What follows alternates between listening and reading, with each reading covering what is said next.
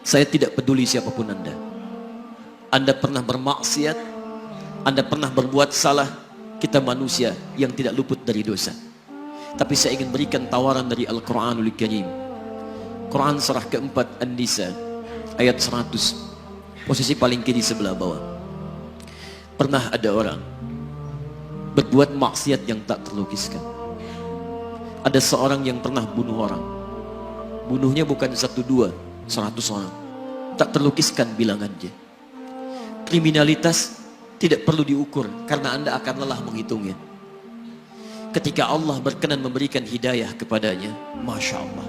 Dan hidayah selalu terbuka pada siapapun sepanjang ia mau mengambilnya sebelum nyawa sampai di kerongkongannya. Tiba-tiba datang ia pada seorang alim dan berkata, saya ingin berubah. Alim ini kemudian menyampaikan pada orang dimaksud, Anda bukan berarti tidak bisa menjadi orang baik. Hanya Anda tinggal di lingkungan yang tidak mendukung Anda jadi baik. Keluarlah dulu dari tempat itu. Pergilah ke majlis ilmu si fulan, tempatnya ada di sana. Datang ke sana, belajarlah, dan Allah akan bimbing Anda berubah dari keburukan menjadi orang yang terbaik.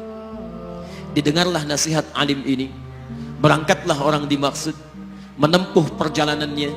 Tiba-tiba Masya Allah, belum sampai ke tujuan, di pertengahan jalan, konon disebutkan lebih sejengkal, tiba-tiba maut datang menjemputnya. Thumma yudrikul maut. Apa yang terjadi? Langkahnya dihitung sebagai ibadah.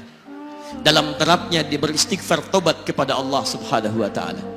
Taubatnya menghadirkan cinta Allah subhanahu wa ta'ala. Quran surah kedua ayat 222 di ujung ayatnya.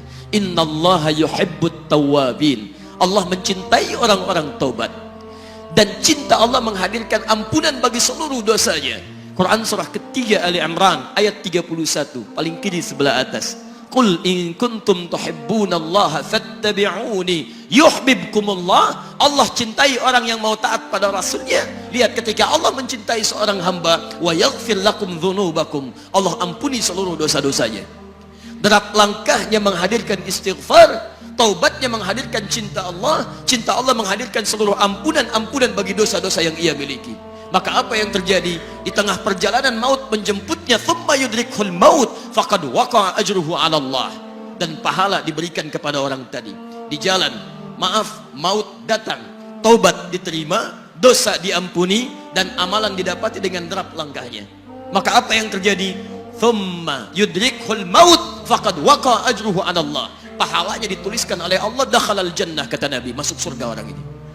Anda bisa bayangkan, pernah bunuh orang 100 orang, mabuk tak terlukiskan, kriminalitas tak perlu dihitung. Ketika dia mau bertobat, datang ke majlis ilmu, Masya Allah, meninggal di tengah jalan, kata Nabi, dakhalal jannah. Bertobat diampuni dosanya, derap langkahnya ada pahalanya, dakhalal jannah.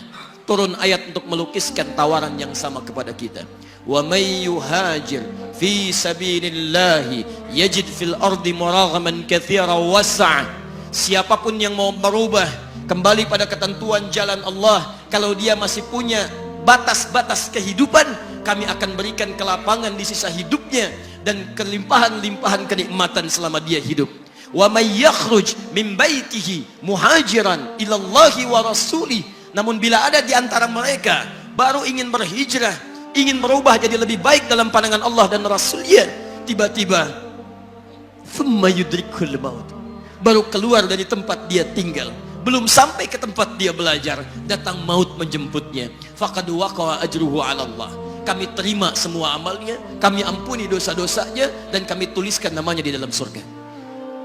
Bila 100 orang saja yang pernah dibunuh oleh orang ini, pernah bunuh 100 orang, mabuk tak terlukiskan, kriminalitas tak terhitung, mau berangkat ke majlis ilmu, tak sampai ke majlisnya, meninggal dia, bisa masuk surga.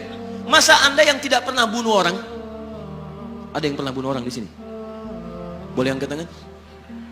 Ada polisi di sini, langsung saya sampaikan insyaallah.